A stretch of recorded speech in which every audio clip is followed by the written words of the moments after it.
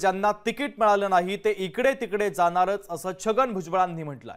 आयाराम गयाराम होणार यात नवीन काही वाटून घेऊ नका असं त्यांनी म्हटलेलं आहे। एखाद्याकडे मजबूत उमेदवार नसेल तर दुसऱ्याचा उमेदवार ते घेणार असं महत्त्वाचं वक्तव्य छगन भुजबळ यांनी केलेलं आहे।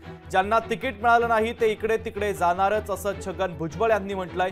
आयाराम गयाराम होणार यात नवीन वाटून घेऊ नका, एखाद्याकडे मजबूत उमेदवार नसेल तर दुसऱ्याचा उमेदवार घेणार असं छगन भुजबळ यांनी म्हटलेलं आहे।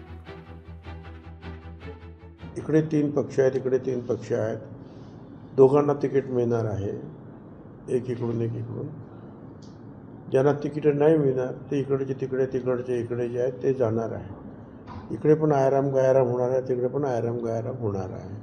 तर त्याच्यामध्ये फार आता काही नाविन्य असं काही वाटण्याचं काही कारण नाही। आता आणखीन जोरात काही लोक जे आहेत, एखाद्याच्या वाट्याला एखाद्या पक्षाच्या वाट्याला ती जागा येते, परंतु त्याच्याकडे उमेदवार जर योग्य नसेल, मजबूत नसेल, तर दुसरीकडचा तो उमेदवार ते कोण इच्छुक असेल तर त्याला ते घेणार।